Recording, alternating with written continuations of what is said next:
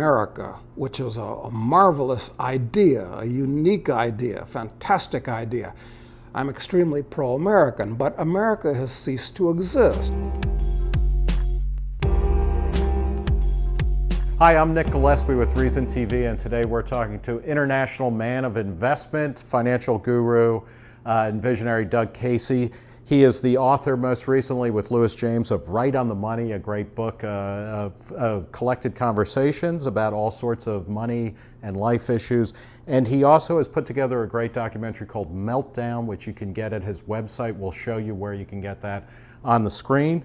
Doug, thanks for talking to Reason. Pleasure, Nick. Okay, Meltdown, your half-hour documentary that's available online. It is talking about how unfunded liabilities, excessive government spending are basically bringing the U.S. to the brink of some kind of economic catastrophe. You talk about how failing to address challenges before they become full-blown catastrophes are a problem. What is the challenge that we need to face up to in the U.S.?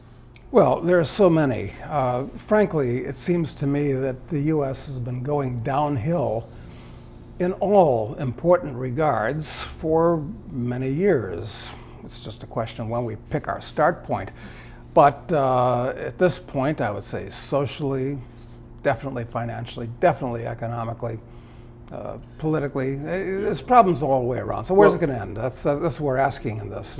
And you know, one of the things that's interesting is you walk through three examples of failed states: Yugoslavia, Argentina, and Zimbabwe. Let's look a little bit, talk a little bit about the lessons they hold for contemporary America.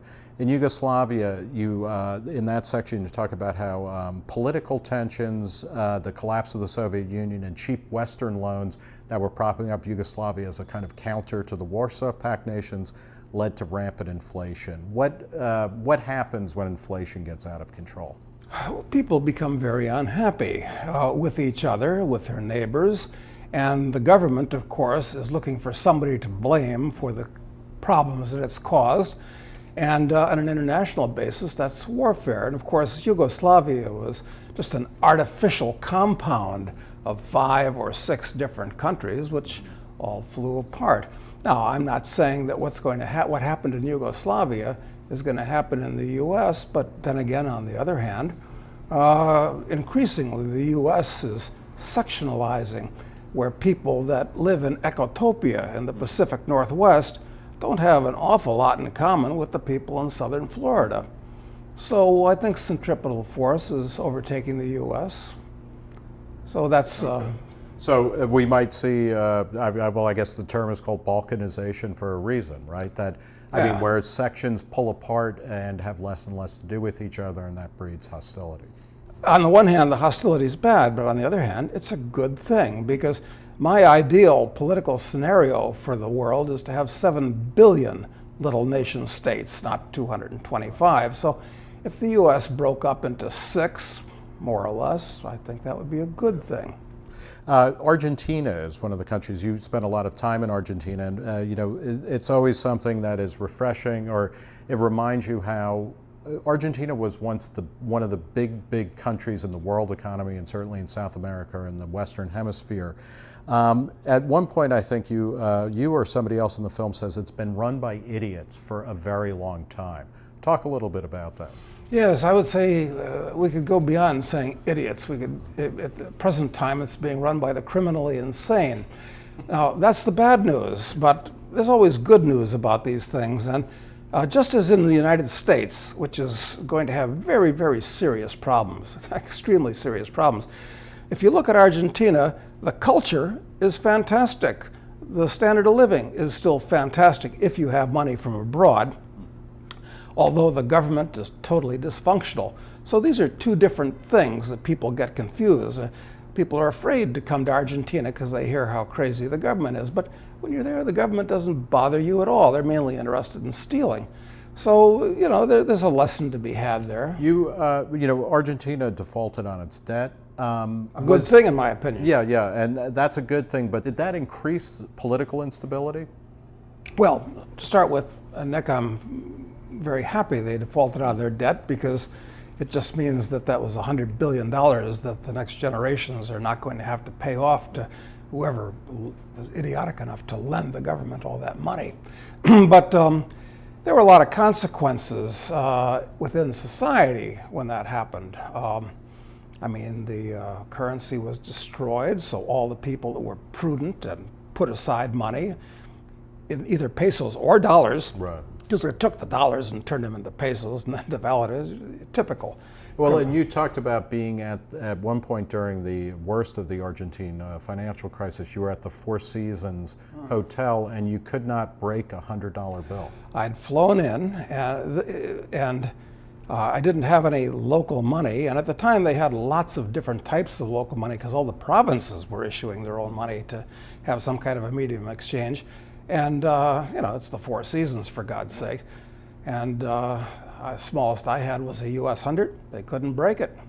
It was very inconvenient. How am I going to get a cab in the street? I didn't have any pesos or Patagonias or any of these things to give the guy. So anything could happen. And if it happens here in the US, it's going to be much, much more serious than in Argentina because the US dollar is the world reserve currency. And there's, who knows, 8 trillion of the things outside of the US. Right.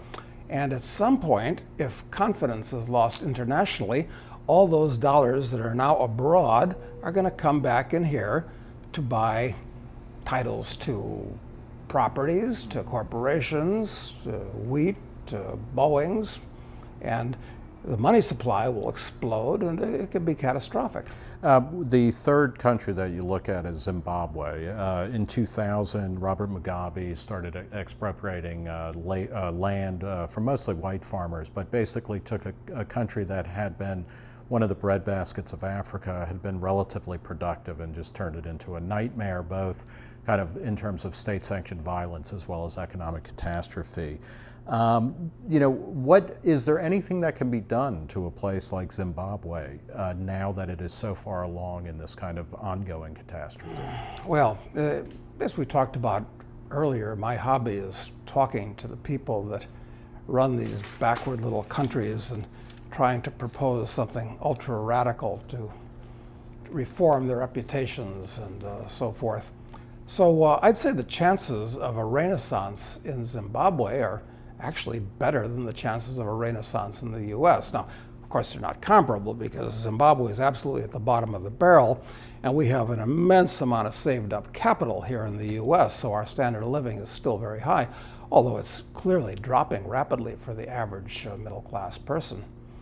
But sure, there's always something that can be done, but I'd say the chances of a real improvement here in the US are small. Well, let's talk about that, because in the final section of the documentary, Meltdown, you say we're at the edge of the precipice, and where debt, persistent deficits, government spending, devaluation of the currency through massive stimulus, whether it's monetary or fiscal. In many ways you say that we're in a worse shape than we were in 2007 as the recession was kicking in and the global financial crisis was happening. How are we worse off than we were then? Well, the people that are running the US government believe that by pulling monetary and fiscal levers that they can get the American economic machine to do what they'd like. And of course, this is a ridiculous conceit. And to save the country from a massive depression starting in 2007, they've been printing up trillions of currency units. Now, where have those units gone? They've all gone to financial institutions, banks, insurance companies, brokerage firms, to keep them from failing. And they basically stayed there. So about 4 or 5 trillion new dollars have been created, but they're not circulating in society. They're sitting with those financial institutions. So, and from your perspective, that would explain why we don't have rampant inflation yet. Exactly. Because this money has been created, but it hasn't been released into the general population. Exactly, because they don't want to. I mean, what are they going to do with this this money? I mean, where's all the money going? It's why the stock market is at an all-time high.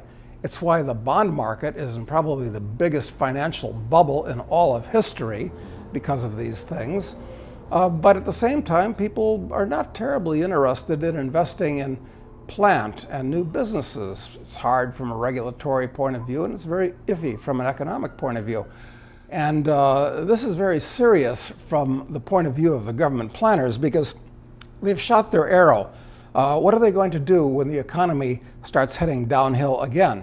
Whether it's the end of this year, or I think certainly next year. What are they going to print up this time? 10, 20, 30 trillion dollars of new currency? At that point, the dollar really will become a hot potato. The foreigners will start dumping it. Americans, I mean, they say inflation in the U.S. right now is what, 1 or 2%. This is completely ridiculous. Now, why do you say that?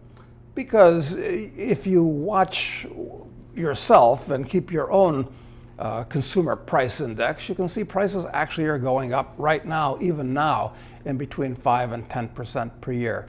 Everything from the food you buy in stores to the meals you eat in restaurants.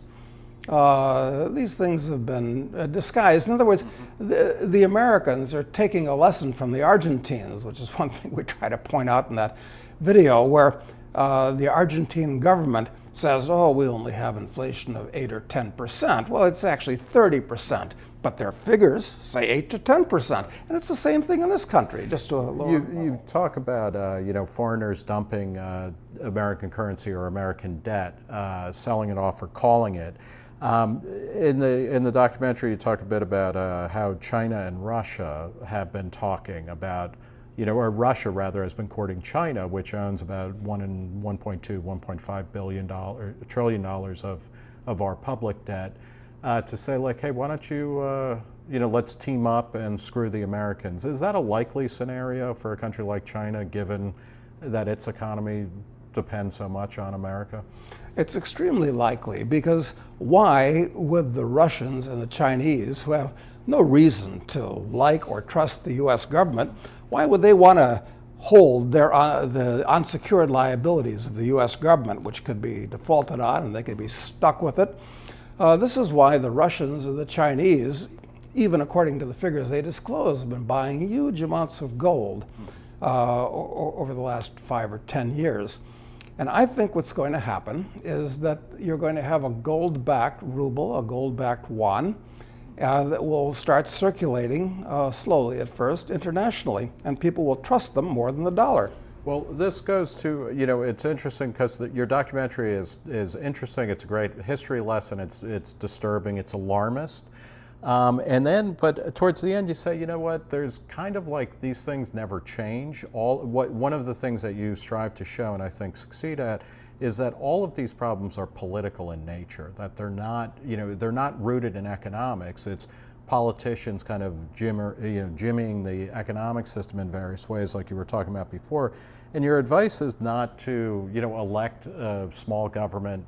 A limited government enthusiast president or anything, but it's to internationalize your portfolio and diversify your political risk. Talk a little bit about that.